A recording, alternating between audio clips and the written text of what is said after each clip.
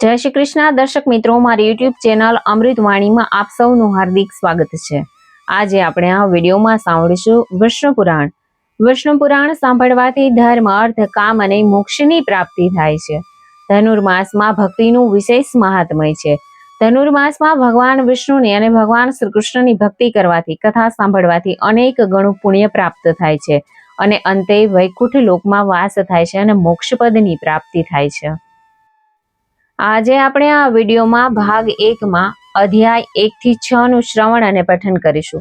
જો આપને મારો વિડીયો પસંદ આવે તો ચેનલને લાઈક, શેર અને સબસ્ક્રાઇબ કરો, જેથી નવા આવનારા વિડીયોના નોટિફિકેશન તમને મળતા રહે અને મારા વિડીયો આપ સુધી તુરંત પહોંચી શકે। અધ્યાય 1, ઉપોદઘાત। સુતજી બોલ્યા કે વિશ્વના સર્જનહાર ભગવાન વિષ્ણુને નમન કરીને, બ્રહ્મા વગેરે સર્વે દેવોને દંડવત પ્રણામ કરીને તથા ગુરુ જે સંસ્કારોનું ઘડતર કરે છે, આચાર્ય ગુરુવરને સાષ્ટાંગ વંદન કરીને આ વિષ્ણુ પુરાણ ગ્રંથમાં વર્ણિત કથા હું તમને કહું છું। એકવાર સર્વે પુરાણ શાસ્ત્રીય ગ્રંથના રચયિતા, સર્વે વેદ વેદાંગના જાણકાર વશિષ્ઠ મુનિના શક્તિના પુત્ર મુનિશ્રેષ્ઠ પરાશર આરામથી બેઠા હતા। તે સમયે મિત્રયુના પુત્ર મૈત્રેય મુનિએ આવીને પરાશરજીને સાષ્ટાંગ પ્રણામ કરીને આસન ઉપર બેસીને પૂછ્યું, હે ગુરુવર, આપના વચનામૃતને અનુસરીને સર્વ શાસ્ત્રોમાં આપની કૃપાથી હું પારંગત થઈ ગયો છું। હે ધર્મજ્ઞ વિભૂતિ શ્રેષ્ઠ, હું આપની પાસે મારા મનની શંકા દૂર કરી કેટલાક સવાલોના જવાબ જાણવા માંગુ છું। કૃપા કરીને આપ મારી શંકાનું સમાધાન કરશો।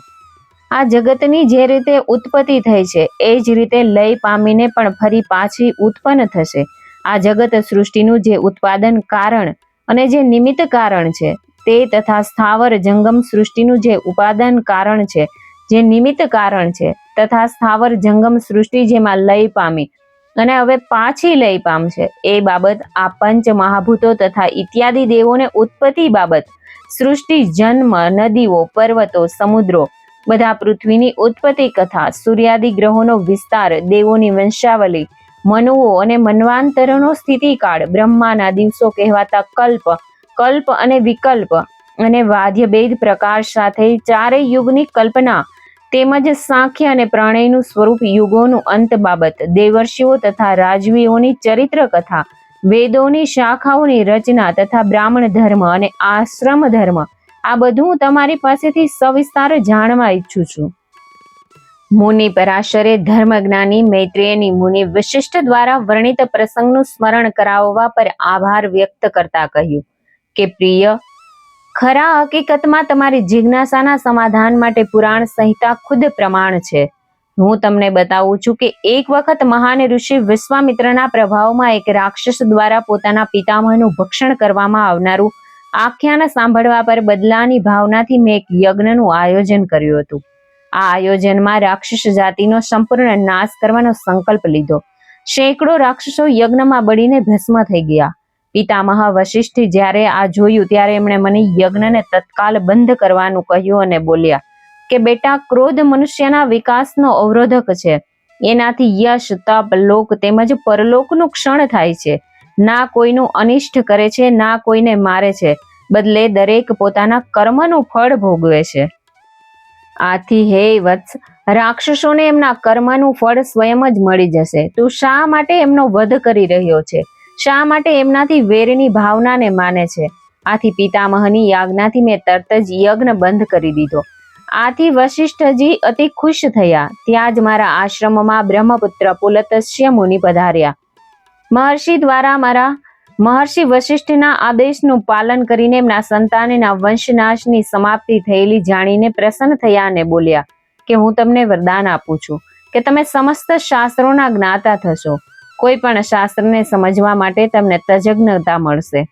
તમે અતિશય ક્રોધમાં હતા, છતાંય સંપૂર્ણ રાક્ષસોનો નાશ કર્યો નથી। આથી પ્રસન્ન થઈને હું તમને એક મોટું વરદાન આપું છું કે તમે પુરાણ સંહિતા ગ્રંથોના પ્રવર્તક થશો અને દેવોના પરમાર્થ તત્વના રહસ્યોને યથાર્થ સ્વરૂપમાં જાણી લેશો અને મારા આશીષથી તમારી બગડી ગયેલી બુદ્ધિ એકદમ સુધરી જશે અને તમે ધાર્મિક તત્વમાં રસ લેતા થઈ જશો। પુલસ્ત્યે મને આ રીતે બોધ આપ્યો। આથી મારા દાદા ભગવાન વશિષ્ઠે મને કહ્યું કે પુલસ્ત્યે જે કાંઈ કહ્યું છે તે જ રીતે યથાક્રમે થતું રહેશે.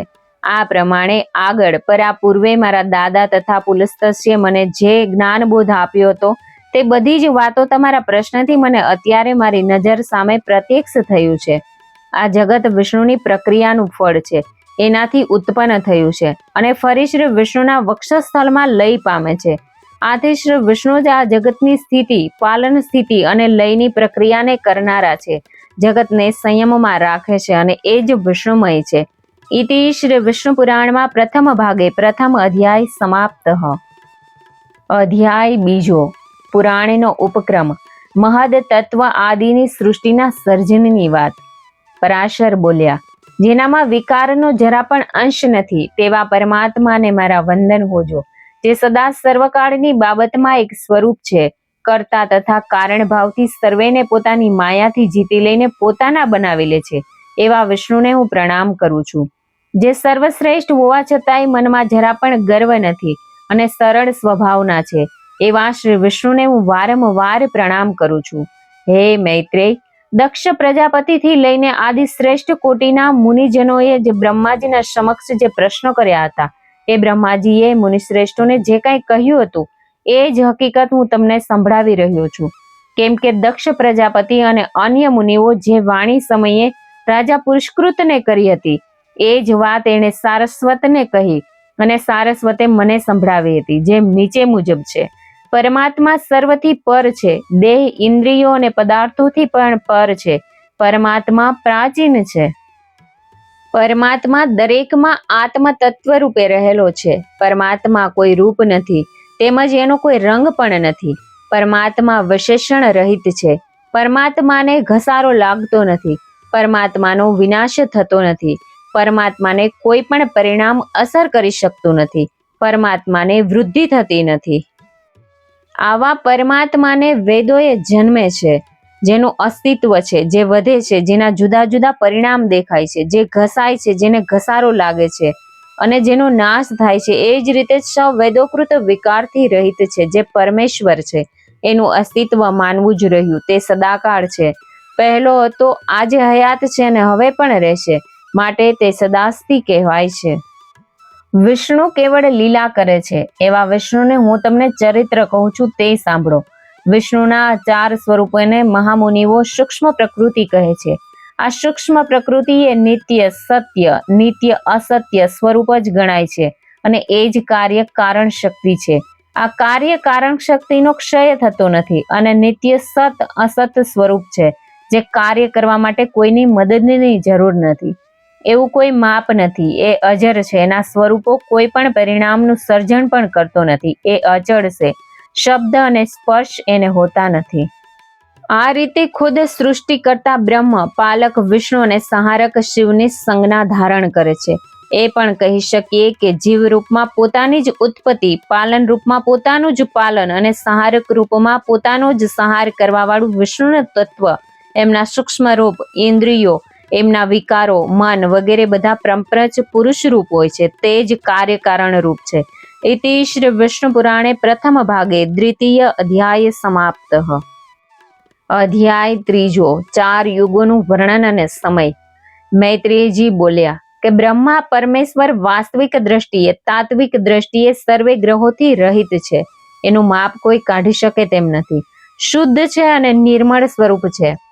તથા પુણ્ય પાપના સંસ્કાર તથા રાગ દ્વેષના વિકારો, જેને કોઈ પણ પ્રકારે લોપન કરતા નથી, તે આ સૃષ્ટિના સર્જન કરતા છે. એમ કઈ રીતે કહી શકાય? એ માનવામાં શંકા ઉદ્ભવે છે. પરાશર બોલ્યા કે હે મુનિ શ્રેષ્ઠ, મણિ, મંત્ર આદિ પ્રત્યેક ભાવ કે પદાર્થની શક્તિનો ખરેખર રીતે અચિંત્ય હોવાથી એ જ્ઞાન અંગેની બાબત બને છે અને એ જ્ઞાન બહુ ઝીણવટ ભર્યા શક્તિ બળના પ્રતાપે અનુભવી શકાય છે. હે મૈત્રેયજી, બધી વાતો તર્કથી નથી જાણવામાં આવતી. જે પ્રકારે અગ્નિનો ગુણ બાળવાનો છે, તે જ પ્રમાણે બ્રહ્માને નિર્માણ તેમજ પાલનની શક્તિ પણ એનો સ્વાભાવિક ગુણ છે. પોતાના ગણિત અનુસાર બ્રહ્મા 100 વર્ષની આયુવાળા છે.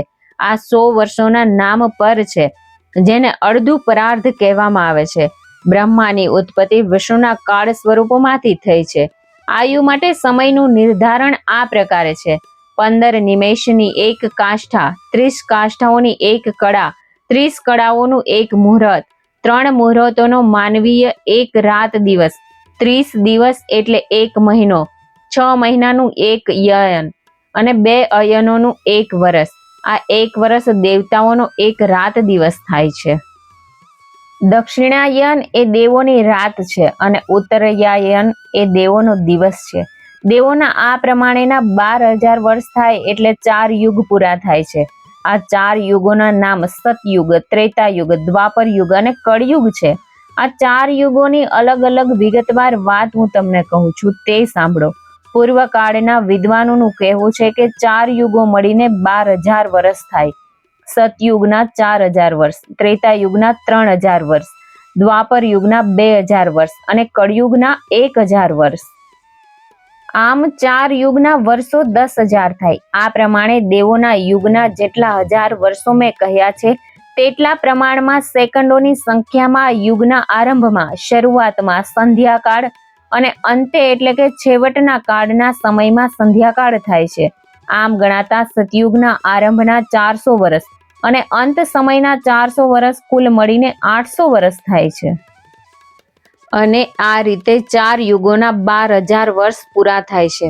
તો તે બ્રહ્માનો એક દિવસ મનાય છે.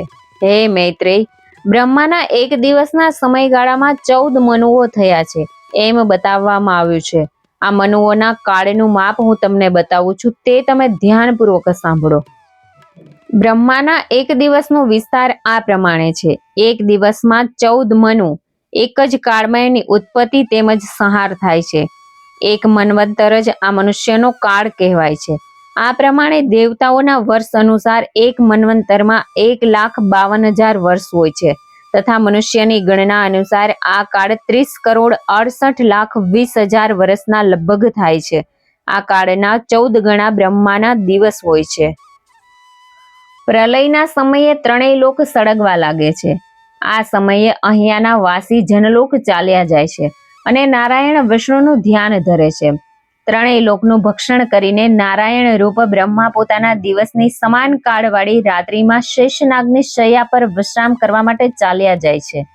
રાત્રિની વ્યતીત થઈ જવા પર વહેલી સવારે ફરીથી સૃષ્ટિનું સંધાન થાય છે. આ જ ગણિત દ્વારા બ્રહ્માના જીવનમાં 1 વર્ષ તથા પછી 100 વર્ષ પૂરા થાય છે, જે એમની પૂર્ણ આયુ હોય છે. બ્રહ્માજીની આયુનું પરાતત્વ વ્યતીત થઈ ગયું છે, જેના અંતમાં પાદ નામનો મહાકલ્પ થયો હતો.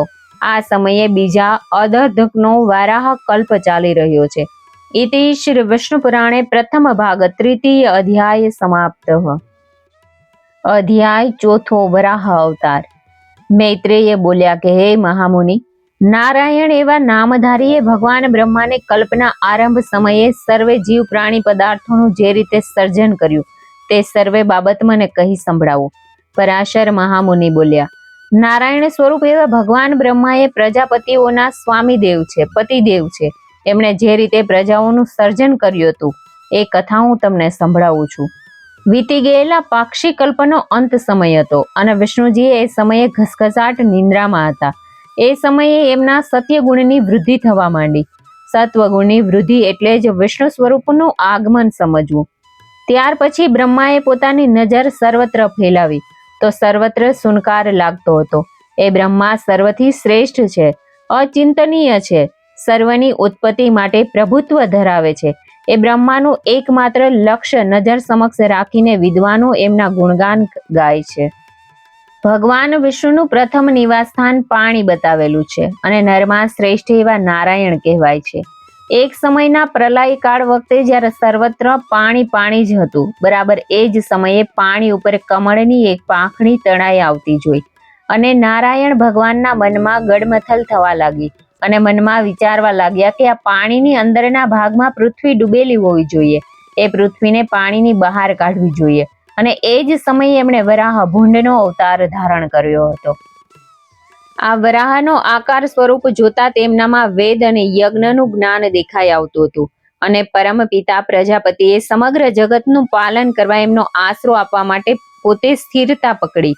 એ જ સમયે જનલોકમાં રહેલા મહાન ઋષિઓ એમની સ્તુતિ કરવા લાગ્યા અને આત્મ તત્વના જ્ઞાતા એવા આત્મ સ્વરૂપના એક આધાર છે, એવા વરાહ ભગવાન આ પૃથ્વીનો ઉદ્ધાર કરવાને માટે પાણીમાં ઊંડે ઉતરી ગયા અને છેક તળિયે પાતાળમાં આવી પહોંચ્યા. એટલે પૃથ્વી એમની પાસે આવીને વારંવાર પ્રણામ કરવા લાગી. પૃથ્વી બોલી કે, હે શંખ અને ગદાને ધારણ કરનારા પ્રભુ, આપને મારા નમસ્કાર છે. હું પ્રથમ આપના વડે ઉત્પન્ન થયેલી છું. આથી આપ મારો ઉદ્ધાર કરો. હે જનાર્દન, હું આપનાથી ઉત્પન્ન થઈ છું.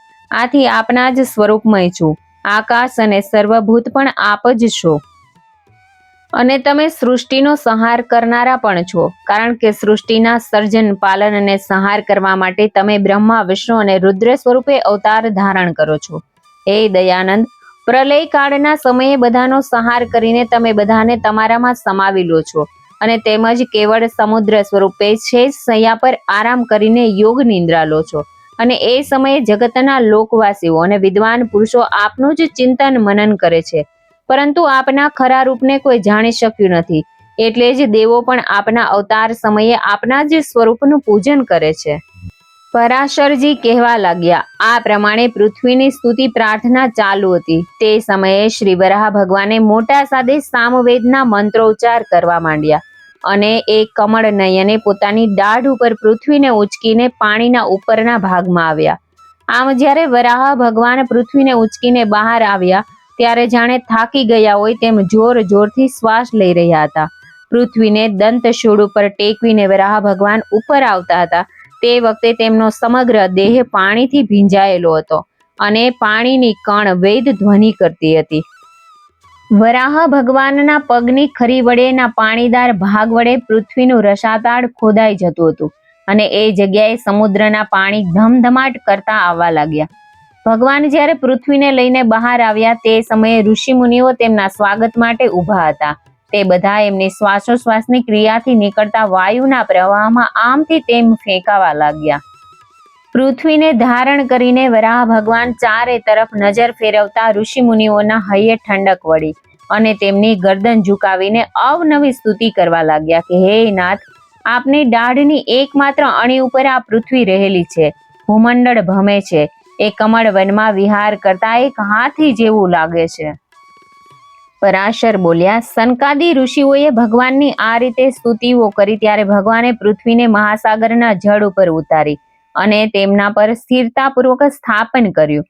પછી આ પૃથ્વી જળ સમુદાય ઉપર એક નૌકાની માફક સ્થિર થઈ. પૃથ્વીનો વિસ્તાર વધારે પડતો હોવાથી તે જળ સાગરમાં ડૂબી જઈ શકતી નથી. પછી વિષ્ણુ ભગવાને પૃથ્વીને સ્થિર રાખવા વિગતવાર ભાગ કરીને જ્યાં જગ્યાએ જગ્યાએ પર્વતોને બેસાડી દીધા. પ્રથમ પુરાણી સૃષ્ટિમાં પ્રલય કાળે સર્વે પર્વતો બળીને ભસ્મ થઈ ગયા હતા. એ પર્વતોને દયાનિધિએ ફરીથી બહાર કાઢ્યા અને પછી તેમણે પૃથ્વીના અલગ અલગ ભાગો કર્યા અને સમુદ્રની રચના કરી. તે જ રીતે ચાર લોકની રચના સંકલ્પ માત્રથી કરી. શ્રી હરિનારાયણે રજોગુણ યુક્ત બ્રહ્માનું રૂપ લીધું અને ચતુર્મુખ થઈને સૃષ્ટિનું સર્જન કર્યું. વાસ્તવિક રીતે બ્રહ્માનું સ્વરૂપ ગણાય છે, કેમ કે સર્જન કરવા માટે શક્તિઓ જોઈએ અને શક્તિઓ તે પદાર્થો ઉત્પન્ન કરવામાં કારણભૂત બને છે. ઇતિ શ્રી વિષ્ણુ પુરાણે પ્રથમ ભાગે ચતુર્થ અધ્યાય સમાપ્ત. અધ્યાય 5મો, અવિદ્યા અને વિવિધ સૃષ્ટિ. મૈત્રીએ પૂછ્યું કે, હે મહામુનિ, બ્રહ્મા સ્વરૂપ એ દેવ સૃષ્ટિના સર્જનના શરૂઆતની અવસ્થાએ પૃથ્વીનું સર્જન કર્યું. પછી આકાશ અને જળમાં વસતા દેવોને ઉત્પન્ન કર્યા. પછી ઋષિઓ, પિતૃઓ અને દાનવો થયા અને પછી મનુષ્ય, પશુ, પંખી અને વૃક્ષો થયા. આ બધાના ગુણ, સ્વભાવ અને તેના સ્વરૂપનું સર્જન જે રીતે થયું હતું તેમની વિસ્તારપૂર્વક વાત મને કહો. પરાશર બોલ્યા કે, હે મૈત્રેય, આ સમસ્ત દેવની વંશ વિસ્તારની કથા કહું છું તે સાંભળો. બ્રહ્માની અસાવધાનીથી શરૂમાં સૃષ્ટિમાં તમોગુણી રચના થઈ ગઈ હતી, જેમાં અજ્ઞાન, ભોગ, ઈચ્છા, ક્રોધ, આગ્રહની ઉત્પત્તિ થઈ. પુરુષાર્થ સાધન માટે સર્વથા અયોગ્ય અને આ સૃષ્ટિથી વિરત પ્રમાણે પુનઃ સાધના દ્વારા તિર્યક સૃષ્ટિ રચી. તેમાં તેઓએ બધા પશુ પક્ષીઓનો સમાવેશ કર્યો, જે અજ્ઞાની, વિવેકહીન, અહંકારી, કુમાર્ગી તેમજ વિપરીત આચરણવાળા હતા. આ સિવાય નાના મોટા અને અન્ય જીવો, પ્રાણીઓ બ્રહ્માના શરીરમાંથી પેદા થયા. ત્યાર પછી બ્રહ્માએ યક્ષો, પિચાસો, ગંધર્વ, અપ્સરાઓ, કિન્નરો, રાક્ષસો, પશુ પંખીઓ, મૃગો, સર્પો અને સ્થાવર જંગમ જગત બનાવ્યું. જે જીવોએ પ્રથમવારની સૃષ્ટિ પર જે કર્મોનો સ્વીકાર કર્યો હતો તેવા જ કર્મો પૂર્વ સંસ્કારોને લઈને વારંવાર સર્જન થતા જીવો ચાલુ રાખ્યા. પૂર્વ જન્મમાં જે કાંઈ હિંસક કે અહિંસક કર્મ, કોમળ, કઠોર કે ક્રૂર, અધર્મનું કે ધર્મનું કામ, સત્ય કે અસત્ય સ્વરૂપનું કર્મ જે જીવો કરતા હોય છે તે જ કર્મને જીવ ફરી તેનો સ્વીકાર કરે છે. એટલે જ જીવને પોતાના કર્મો ખૂબ જ ગમે છે. આ પ્રમાણે બ્રહ્માએ સર્વત્ર શરીર પ્રકારના ભેદ કરીને જુદી જુદી જીવ સૃષ્ટિ નિભાવવાની યોજના કરી. દરેક પ્રાણી પોતપોતાના કર્મ અનુસાર પ્રેરણા ગ્રહણ કરે અને સૃષ્ટિ વ્યવહાર કરે છે. ઋતુ અનુસાર જીવ સૃષ્ટિમાં પણ શિયાળો, ઉનાળો અને વર્ષાનું પુનરાવર્તન, બાળપણ, યુવાની અને વૃદ્ધાવસ્થાના અવસ્થા ભેદ થતા રહે છે.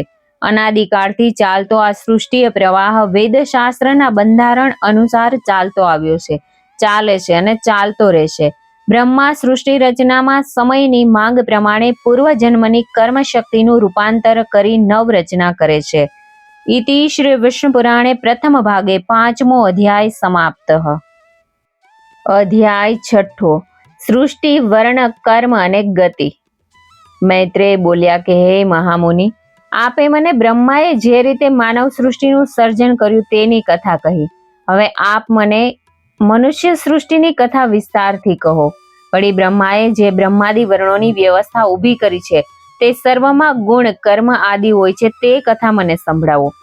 મુનિશ્રેષ્ઠ પરાશરે કહ્યું, સૃષ્ટિ રચનામાં પ્રવૃત્તિ બ્રહ્માના મુખથી સતોગુણી, વૃક્ષ સ્થળથી રજોગુણી, રજ તમ મિશ્રિત જગ્યાએથી તથા ચરણોથી તમોગુણી સૃષ્ટિ થઈ. આથી તેનું નામ મુખથી બ્રાહ્મણ, છાતીથી ક્ષત્રિય, જાંઘથી વૈશ્ય તેમજ ચરણથી શુદ્ર પડ્યું હતું.